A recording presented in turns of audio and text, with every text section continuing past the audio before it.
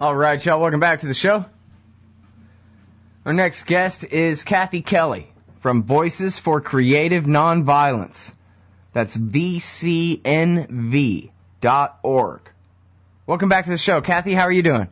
Well, hello, Scott. It's good to be back on your show. Oh, it's great to talk to you again. Very important piece you have written here. I don't know, I had to come up with some kind of adjective. That wasn't a very good one, but it's called The Ghost and the Machine. Not the ghost in the machine, the ghost and the machine. And I guess the machines means Reaper drones going around making ghosts out of former human beings, huh? Yeah, I suppose that's one way to look at it. Also, in a way, I think sometimes the United States foreign policy and military policy elites are like a machine churning out war after war after war. And, you know, you could hope that we might be guided by the better ghosts of our past, some of the people who have strongly tried to situate the U.S. in a different path so that we wouldn't be so addicted to war. Well, how long ago was it that you were there? This seems like a very recently written story. Yeah, I was over in Kabul. I came back on the 22nd. I'd gotten snowed in. The planes weren't going anywhere for a few days, but then the sun came out and I was able to get a plane back on time for the Hancock 38 court appearance, which was late last night. And while I was in Kabul, I was there just before the riots began because of the desecration of the Quran. And also I was there during a very, very severe cold spell when very horribly 40 children have frozen to death since January 1st. Yeah, they originally came out and said that was just anti-regime propaganda, but then they, I guess, gave a little bit of a mea culpa and delivered some blankets, they claimed anyway in the press. Well, I think civil society here in the United States raised at least $118 million, but it's very, very troubling. There's nothing that's been done that's commensurate to the need as regards these sprawling refugee camps. Blankets, sure, but when the rains and the snow come, they need to have wood so that they can begin to get some cooking, some source of fuel for cooking and a source of fuel for heat. And the children are neglected horribly, and part of it is because the government in Afghanistan doesn't want to acknowledge that they have this new problem on their hands with 400 refugees every day coming to the larger cities because they've been displaced by the war and the fighting. And there are 35,000 refugees just in Kabul alone, and 10,000 families in one camp, which is, I think, and this to me is a hideous scandal, it's right across the road from a huge military base, and there are 300 truck convoys that travel. There are sometimes between 4,000 and 8,000 trucks that enter into Afghanistan every day. I mean, the numbers have changed right now because the supply convoys are being prevented from entering into Afghanistan through the normal routes they had used crossing Pakistan because drones had been crossing into Pakistan's airspace, and United States Special Operations Forces killed something like 24 Pakistani military, and so the Pakistani government said, that's it, we're not going to facilitate your travel through our border crossings to go into Afghanistan. So they've had to do more, bringing supplies in through the north, through places that were formerly part of the Soviet Union, like Tajikistan and Kyrgyzstan.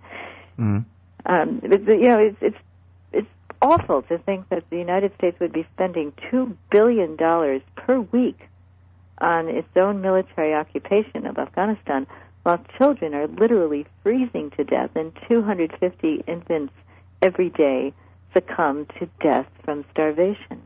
Well, Americans, especially, I guess, or maybe all people, could be convinced somehow, if there was, a credible narrative to listen to that, well, yes, things are bad now, but just wait until we're done defeating the bad guys and we create a, wonderful paradise there and a government in a box that'll take good care of those refugees and all this wonderful future that's going to happen, except that nobody believes that that's true anymore, do they? Well, it certainly has been the pattern for the United States government to try and persuade people that they are engaged in humanitarian wars. It's hard for me to believe that anyone would think that at the end of the day, people in Iraq should be grateful because the United States, after we invaded and occupied their country, have left behind a better situation. And yet that is certainly what I think the United States tried to say in the withdrawal of a good number of troops, even though we're still leaving behind the world's largest embassy, and when you count in the contractors, a pretty strong U.S. presence, and many companies that are involved still in trying to rebuild Iraq's oil refineries and the means of extracting the oil from Iraq. But with Afghanistan, it's not like they have even the oil refineries to rely on. It's a country that's been so badly devastated by 3 decades of warfare that I don't think the U.S. public believes that the United States is there for humanitarian concerns. And certainly the polls have shown that well over 50% of the U.S. public, sometimes as high as 73% on some polls, want the troops to return. I don't know that the administration is going to at all want to try to deal with reconstruction in Afghanistan following the devastation that we've caused.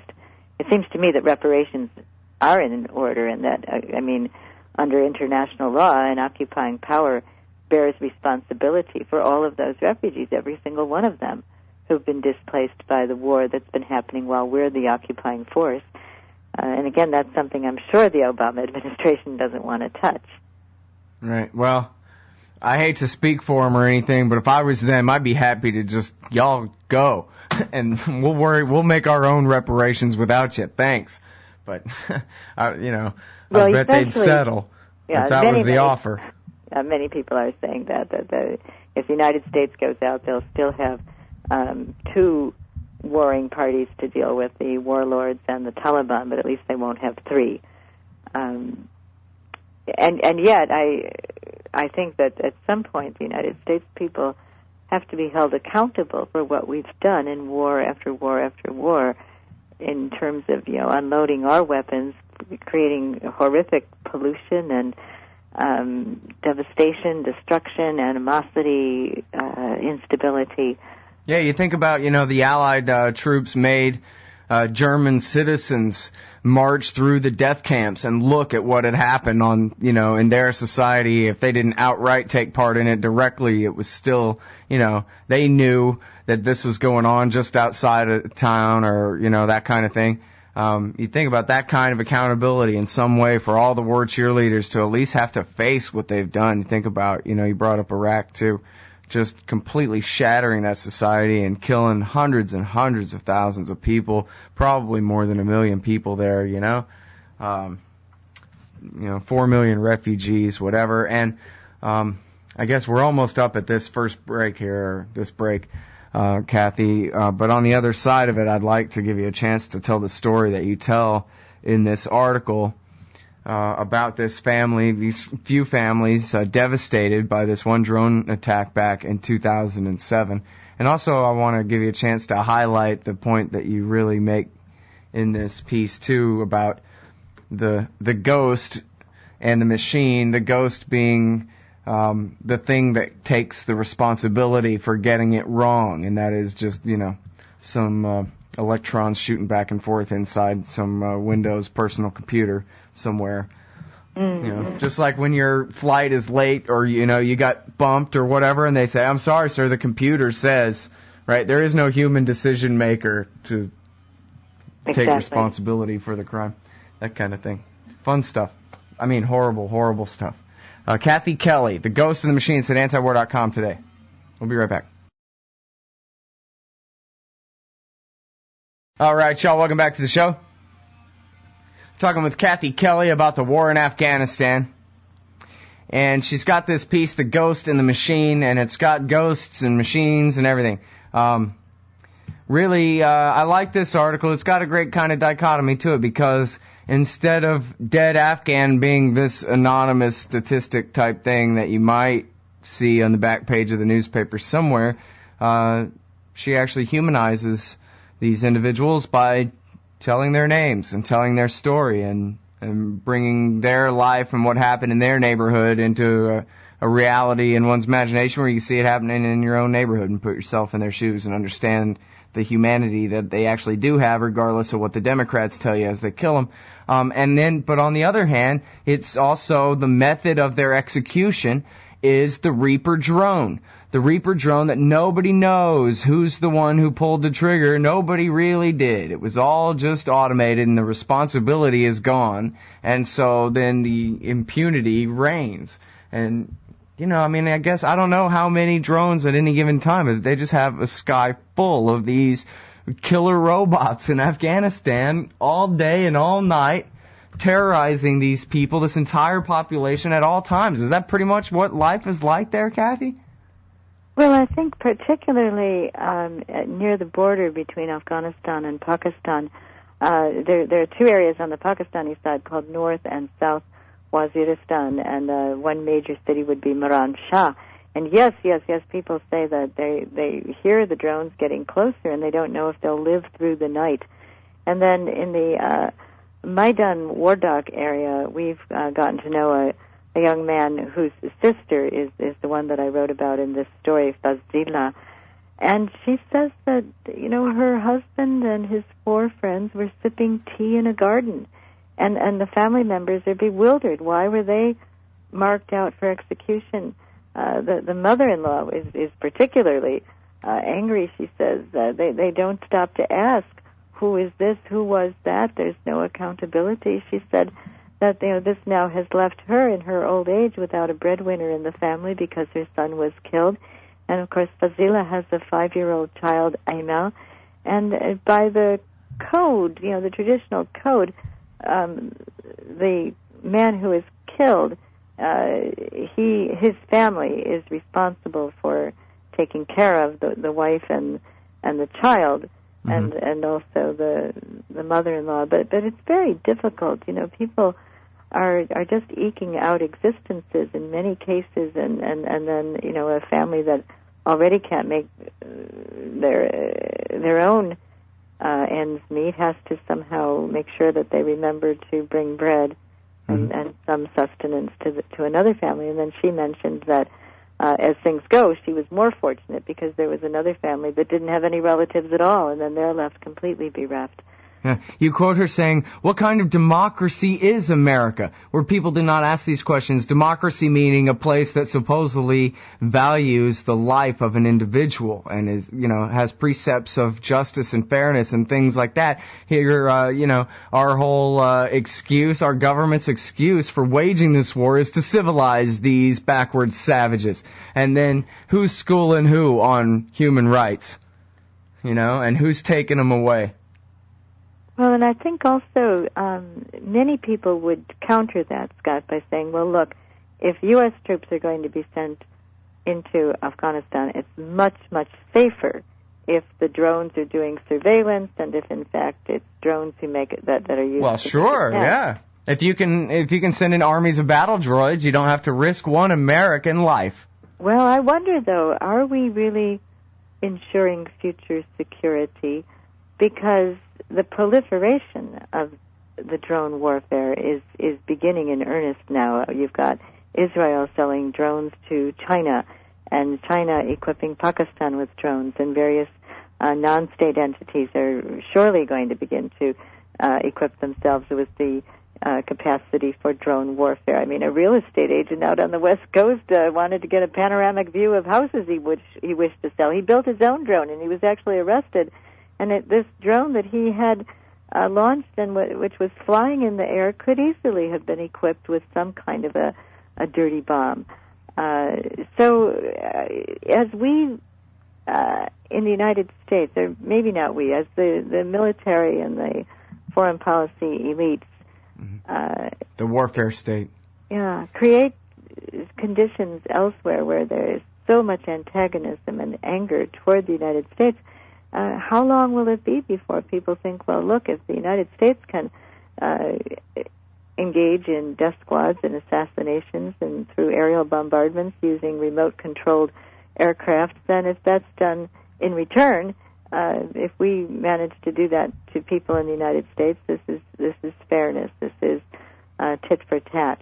Mm-hmm. So I don't think we should fool ourselves that we're going to be enjoying enhanced security. And also, I mean, it's kind of phenomenal to me that right now, 60 to 70,000 analysts are poring over the information acquired through drone surveillance of other countries, particularly right now, Afghanistan. And the RAND Corporation said, well, to really understand patterns of life in Afghanistan, we would need 100,000 analysts. Now imagine paying salaries to 60 to 70,000 analysts to better understand patterns of life in Afghanistan. And if you just look over the last few weeks, it's patently clear that people in the United States have precious little understanding, and the analysts don't seem to have the needed understanding either, because even though they can trace the footprints of Taliban fighters back into the small huts where they may live with their families, they're not able to figure out that it's a desecration that will have lethal consequences if you burn the Quran. Right.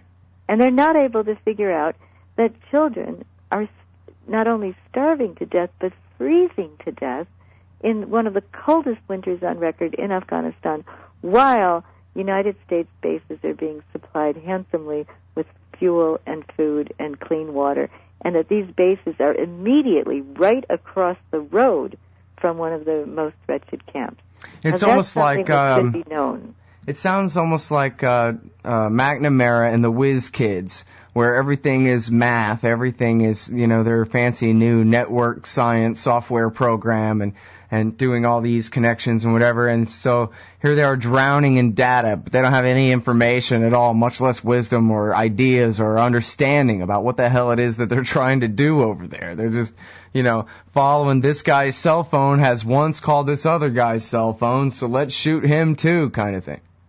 I mean, one of the most egregious instances of that happened in February of the past year, February 21st, I believe, and it actually made it above the fold in the New York Times because it was an instance in which there was so much information being pumped into the kill chain's computers trying to assess whether or not a 3-car convoy was a threat to some reconnaissance fighters who'd been dropped down from an airborne vehicle in the Uruzgan province. The reconnaissance fighters had already been dropped down on the ground and were being followed by the drone operators who were trying to ensure their safety. And then a convoy came along the road, and they needed to decide, well, is this convoy possibly going to attack the United States reconnaissance fighters? And the decision was made that, yes, this convoy is a threat, and so they blew up the first car. The women in the second car jumped out, were waving their long scarves, shouting into the air, civilians, trying to save their lives. Another missile was fired at the second car, and then the people in the third car were survivors. Well, it turned out this was a convoy of grandmothers and women and children who were going to first go to the Kandahar market and then up to Kabul for medical care. And there was one drone operator who had figured out that there definitely was an older woman and an infant, that there were civilians, but he couldn't get his information kind of up to the top of the stack of the info going into the kill chain before they gave the orders, impact to fire a missile into this convoy. So generals are not able to compete, in a sense, with artificial intelligence. They can't sort out the information that's coming in from multiple drones all at once. And so they might have to rely on machines to actually make the decision. Yeah. The dehumanization of the entire process for the very real humans that get killed, the very real humans whose humanity is always ignored, if not outright denied. as the robots do the slaughtering. And this is part of just the war already being over for 10 years. This is an occupation against civilians that's being fought, a civilian insurgency. There's no army in Afghanistan that we're at war against. There's no battlefront. It's just a war against anyone who looks like that stick in their hand could be a rifle, according to some nitwit in a trailer in Nevada, who's got the whole entire diameter of the earth to hide behind. And in fact, I wonder if that was one of the subjects that was brought up by the people that you talked to there, of just the poor sportsmanship. Like, I'm sorry, I don't mean to sound insulting, but I don't know what else to call it. It seems very unfair to shoot people from across the entire planet, and especially when, as I was just saying, they're not even part of a government. They're quote-unquote militants, which means a civilian who's fighting back against a foreign force occupying his land. Well, people use the word coward. They really take umbrage at the cowardice of using these remotely controlled planes. And it's something that is well known. People might think, oh, well, people don't have access to radio or TV, so how could they even know that these things are going on? But actually, I was talking with people about a drone attack, and they said Nevada. They knew that the Creech Air Force Base was located in Nevada. I'm very much in touch with the Afghan Youth Peace Volunteers, and they had a Skype phone call with us the night before we went before a judge in DeWitt, New York, because we had, as a means of raising education over here, held an action in front of the Hancock Field where drones are operated that are flying, and these are weaponized drones flying over Afghanistan that are operated inside the Hancock Field. And the judge had listened to 41 hours of testimony, and so we asked the Afghan Youth Peace Volunteers, is there anything else that you want us to try to say to this judge before he sentences us? And they said, yes, please tell the judge that we are human beings and that we wonder what would he do, how would he feel if drones were ever flying over his home and over his children. And we did our best to bring their message before the judge, and that's also our responsibility, to bring their message before the court of public opinion. Well, the same people who denounce moral relativism also denounce moral equivalence somehow. I don't know how they do it, Kathy, but sure seems you're on the side of right and justice to me. Thank you so much for all your great work. Well, thank you. Thanks for this time on your show. Everybody, that's Kathy Kelly, Voices for Creative Nonviolence, vcnv.org. Thanks for listening. See you all tomorrow.